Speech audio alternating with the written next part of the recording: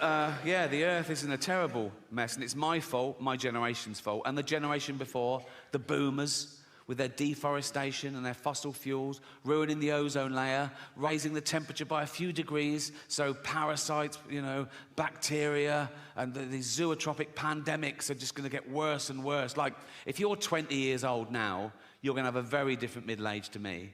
I've had the best 60 years of civilization, right? But if you're 20 now, in 40 years' time, you're going to be in your house wearing a mask, crying. Like you do now over jokes.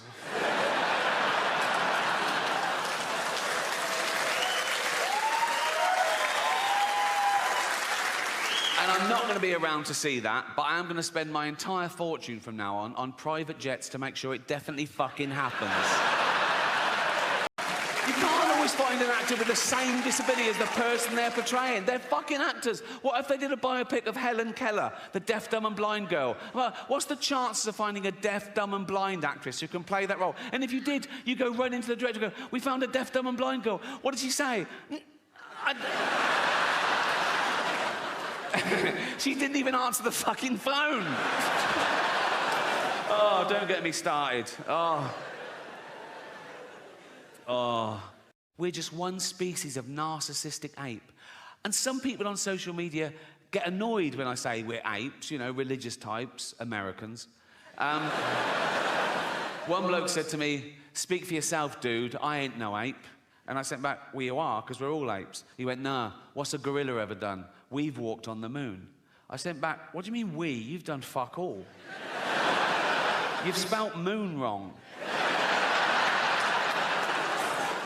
It's weird, isn't it, when people take credit for the sort of rest of the species, because that's what's pushed civilization forward, you know, a few geniuses along the way. Like, there's 8 billion people on this planet. Most of us do nothing. We eat shit and die. Like, if there was a meteor heading towards Earth to definitely destroy it, 4 billion people would get down on their knees and pray to their particular god, and a few hundred scientists would work out how to get Bruce Willis up there to stop it. A child born today can expect to live to about 100. And scientists said soon that'll be 120. And science also said that in the near future, there's no reason, with proper care and attention, that human beings won't regularly live to 150 years old, which is amazing until you remember that we get a set number of brain cells, right, which we only lose. You can't get them back. So in the future, there's going to be 15 billion people on the planet, you know. Half of them are going to be over 100, and they're all going to have Alzheimer's. It's going to be like Dawn of the Dead. It's going to be fucking horrible. My auntie died of Alzheimer's. I don't know how you die of Alzheimer's. She forgot to live. I've been looking into infant mortality rates recently. For research. It's not a fucking fetish. Like,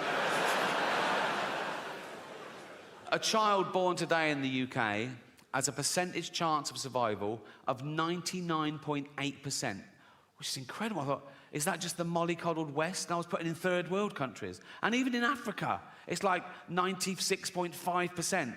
In the wilds of Africa, where everything wants to fucking eat a newborn baby, babies are vulnerable enough, aren't they? In Africa, a baby can be born in a mud hut. There's a lion outside. It's covered in blood because they can't wash it. They've got no water. Oh, and it's already got AIDS. Now, by the time that joke goes on Netflix, it'll be nuanced. There'll be an underlying satirical point, I'll claim.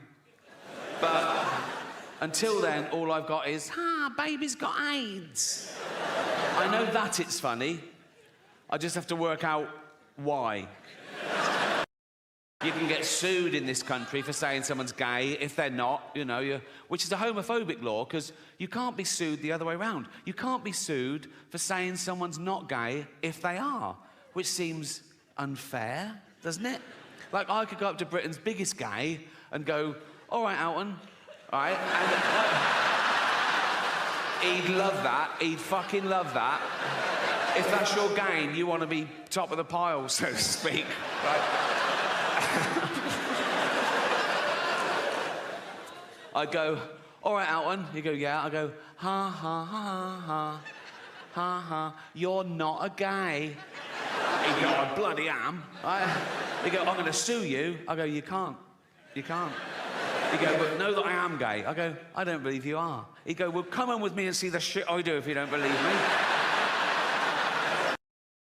I promised you more about China, and this is an amazing statistic, okay? This is true. Look it up, right?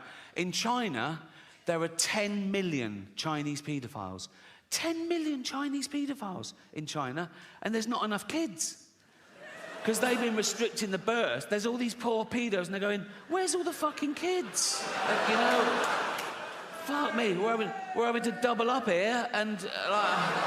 I just thought of a joke then, I can't do it. It is actually too offensive. Okay, all right, I'll do it. But remember, you can't choose your own thoughts, okay?